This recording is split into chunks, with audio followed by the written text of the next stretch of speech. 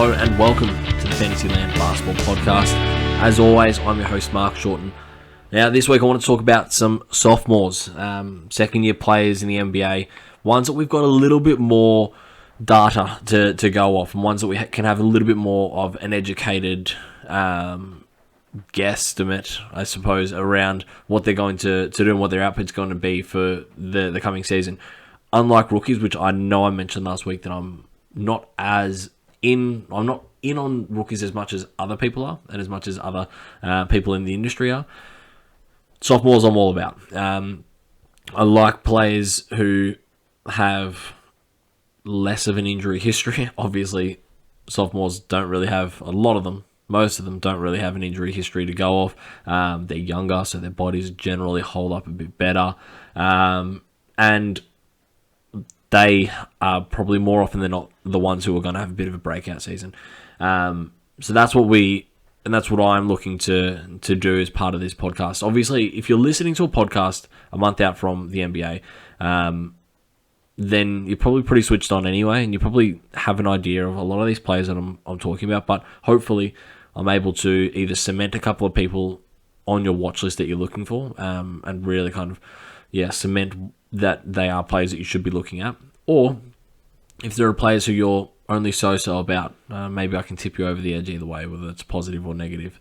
So I only want to, I know the rookies I went over maybe 6 or 7 of them. Of the sophomores, I want to probably only go over about 5, probably 5 that I am really looking at and ones that I really want to draft. I'm going to put them in no particular order because depending on how my team goes on the day, like I'll have a plan going into the draft, but if that plan goes skew, if any of the people listening to my podcast are in my leagues, which a few of them should be, then they might snipe me, and then I'll need to go into plan B, C, or D, or Z, and probably try and swing for the fences. So no particular order for these, but you'll probably get a bit of a gauge as to the ones that I absolutely love. So Evan Mobley, I'm going to break my rule already. Evan Mobley's the number one sophomore for me coming into this season. I genuinely think that he could be the second coming of Tim Duncan. The guy's just so good. He's just fundamentally a good basketball player. He is in a good situation with a team that is pushing for, I don't know if they're pushing for a championship, but they're going to go probably a couple of rounds into the playoffs. They've got a point guard who loves to distribute. They've got a center who's not points heavy. He is a defensive guy. And Mobley could really take the next step up in his development. And I honestly think that I'll be looking at him in like the 4th round. Potentially even earlier, depending on how my draft's going, as I mentioned. If I, pulling up my notes here on Evan Mobley, he had 15 points, 8 boards, 1.7 blocks, and he passed the ball really well for a big guy, nearly 3 assists per game. That put him into top 90 in overall fantasy value, but I think that he's going to take the next leap up, and I really hope that people undervalue him. If I am sitting there in the back end of the 4th, I'll have no hesitations in taking Mobley because I think that he's just going to get the job done, and I think that he's going to have a really big season, and somebody that we could see as as one of the most improved players. And there isn't much that I dislike about the guy, if I'm being perfectly honest. Pulling up his numbers from free throw percentage does hurt, but I don't really care. He's projected to go close to 17-10 with nearly 2 blocks. Like, that's just crazy, absolutely crazy, and I'm all in on Evan Mobley. As I said, I think the fact that he is on a team that is going to be making a run helps because they're in that middle window, which is players that I really love taking plays on teams that are sitting between like the 6th seed or the 5th seed through to like the 10th seed, because they're not tanking. They're not going to rest players coming towards the end of the season. And they really want to show their supporters and their team a winning culture. And that's just fantasy gold. Coming towards your fantasy playoffs, you don't want rests. You don't want tanking teams, because obviously that hurts. Players aren't going to be on the court. Evan Mobley is going to be in a position where he should, fingers crossed, and injury withstanding, is going to play 75 games and be an absolute stud. And he's, as I said, somebody who I'm targeting hard in my fantasy drafts this year. Another one that I'm targeting, and to be honest, I could take them in back-to-back rounds, Cade Cunningham. I spoke about Jaden Ivey last week. I'm big on Jaden Ivey, but I'm really big on Cade Cunningham. He has got such a fantasy-friendly skill set. Those points are beautiful. Those rebounds and assists are just so handy to have. He shoots the ball from range. He can steal. He does turn the ball over a lot, so keep that in mind. But Cade Cunningham is a stud, and he's going to be a stud going into this season as well. I wouldn't be surprised if we saw him. I think he'll pull out a couple of cheeky triple-doubles every so often, but I think that he'll probably average somewhere in the region of 21, 22 points, 7 boards, 7 assists, and potentially we could see something like 2.5 stocks. So whether that is in the region of 1.4 steals and 1.1 blocks, something along those lines. As I said, his turnovers do hurt. So you do need to take that into consideration. I think that there is a chance that he could average 3.5, 4.5 turnovers, and have nights that absolutely tank your week in those categories. I think his field goals definitely going to hurt as well. But for me, and I see Cade as a potentially a 4th rounder as well. Definitely no later than a 5th. Well, no later than a late round 5th. Sorry, a late 5th rounder. I think the good outweighs the bad, and I think that he's going to have a stellar NBA career, and I think he's a really good basketball player. Again, I think fitness and health is going to be key. Detroit are going to be bad, so there is a real shutdown risk. But having said that, the only risk that we're going to have is if they are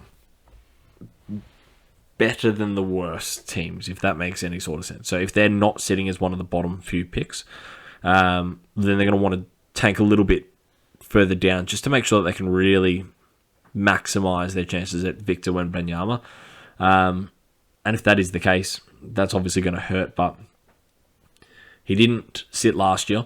He still played 60-odd games last year, and I think that if we can get 65 to 70 games this year, I'll be pretty happy with that, considering I think he's going to be a really good player.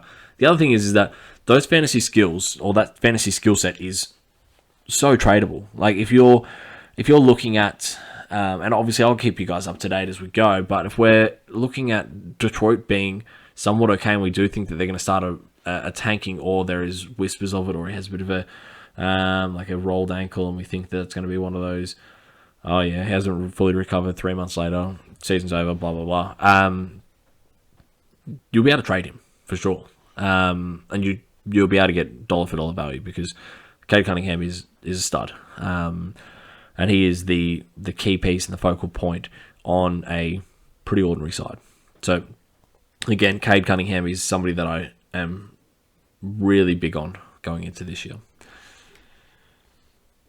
Next is Isaiah Jackson. As I said, these are in no particular order. So Isaiah Jackson is not necessarily the third player or the third sophomore that I'm targeting. That's not to say that he's not, but I am quite big on apologies. I'm quite big on Isaiah Jackson going into this year. Mainly from a late round stud or late round player who will get minutes. But I'm not convinced that Miles Turner is going to start the season as a pacer. He's certainly not going to finish the season as a pacer. And if that is the case, Isaiah Jackson is going to just annihilate it. If we're looking at his per 36 numbers, we're looking at 20 points, 10 boards, 3.5 blocks, 1.6 steals. Even on 15 minutes a night, he still had 8 points and 1.4 blocks. Now, is he going to get more than 15 minutes a night? Yes, he absolutely is going to get more than 15 minutes a night. Is he going to get 36? Probably not. But if he can get his way into a 25 to 30, that's just silly. He's just going to absolutely annihilate it. And I think that he's going to be somebody that he will be such a hot commodity on the waivers, so you want to beat people to that. So, and again, it depends on what sort of league you're in. I'm pretty active on waivers, and I recommend that everybody should be pretty active on waivers, especially if it is a daily setup league, a daily lineup league where you got to set your lineups daily. But the other thing is if he's there for your last round pick, pick him and hold him. Pick him and hold him for a month, see what happens, see if there's any whispers about Miles Turner, because he genuinely could be a league winner. If Miles Turner goes, it's going to be a timeshare between him and Goga. We already know Jalen Smith is going to be starting at power forward. And I think that Isaiah Jackson will beat out Goga for the starting role, and he'll play 30 minutes, at least play 25 minutes a night. And even at 25 minutes a night, we're still looking at, 15 and 8. 15 and 8 with at least 2 blocks, which, for your last round pick, I don't really need to tell you how good that is. So that's 3 players. And look, I've got probably a list of I've got 10 players here, 11 players here that I like as sophomores. As I said, I'm not going to go through all of them because I want to leave some content for the draft guide. But if we look at somebody like Davion Mitchell, I think that he's going to be really, really big in Sacramento this year. There is a chance that he starts. There's a chance that he starts at the 2 guard. We know De'Aaron Fox gets injured all the time. A stiff breeze will knock him over and put him on the ice for a month. There's a chance that he starts at the 2. At worst, he's running the second unit. And I think the situation is really good for him.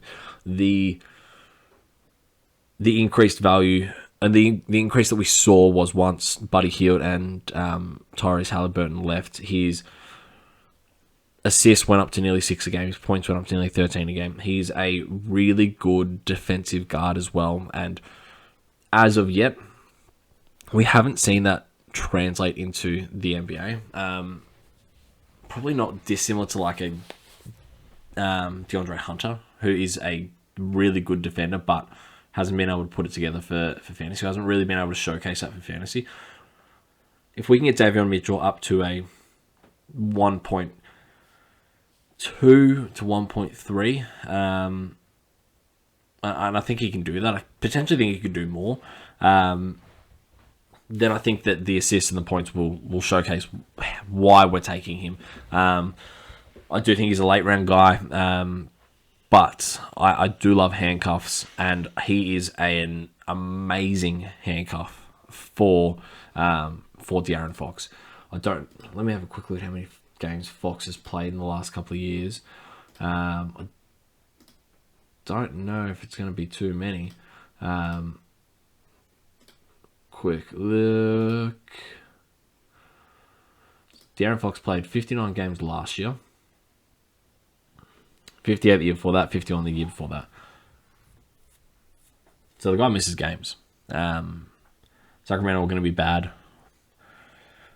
I think that there is a real chance that David Mitchell is a top 75 guy that you can get at 150. which is just really, really good value there. If you get De'Aaron Fox, you must get Davion Mitchell, in my opinion, because if Fox goes down, Mitchell will explode. I think he's got standalone value, as I said, but as a handcuff goes, I think that he is somebody that will benefit if Fox goes down, and you want to be on the end of that. And finally, the last player that I want to talk about here from the sophomores is, I reckon I will throw a controversial one in there and talk about Alperen Şengün. I like him, but I know that I'm not going to get him in any of my drafts. He's spoken a lot of people speak about his mini Jokic skill set, and his if you have a look at Jokic's rookie numbers, Şengün's are better, blah blah blah, all that sort of stuff. His per 36 minute numbers are good. 16.5 points per game, nearly 10 boards, nearly 4.5 assists. You're looking at three combined stocks.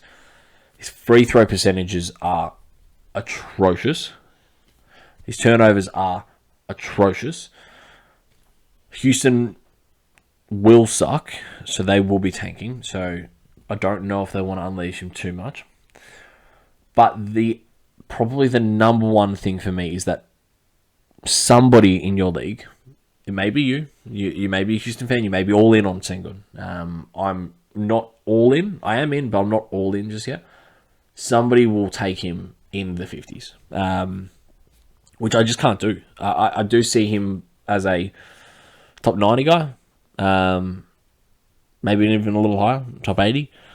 But I'm really concerned that he won't get the sort of production that we probably are expecting. Jabari Smith's there. Jalen Green's there. Those two guys are going to demand the ball and want a lot of the ball, and I'm just not 100% sure. Kevin Porter Jr. is there as well. He's a usage monster, puts up garbage.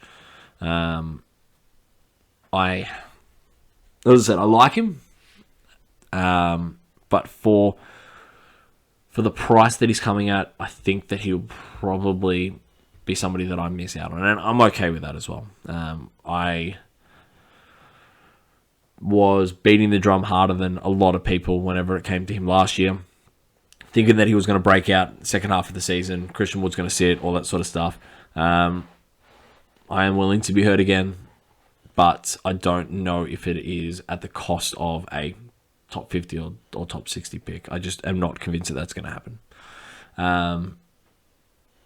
But yeah, again, happy to be proven wrong. And if you do disagree, let me know. Jump onto the TikToks, let me know. I'm probably more active on there than I am on the comments here, to be perfectly honest with you. But yeah, outside of that, as I said, I've got plenty of other names that I want to go over on the draft guide. We've got Bones Highland. We've got Herb Jones. Herb Jones, I think, is a sneaky dude this year. You got Scotty Barnes. You got Josh Giddey. You got Jalen Green. There is some definite value to be had in this year's sophomores, but that we'll keep for another day. Thank you again for listening. Join in next week. I'll be going over my top 20 list. Just putting the final touches on that. You may get a sneak peek if you download the draft guide in advance of that. But yeah, as always, thanks for listening. Don't forget to rate and subscribe.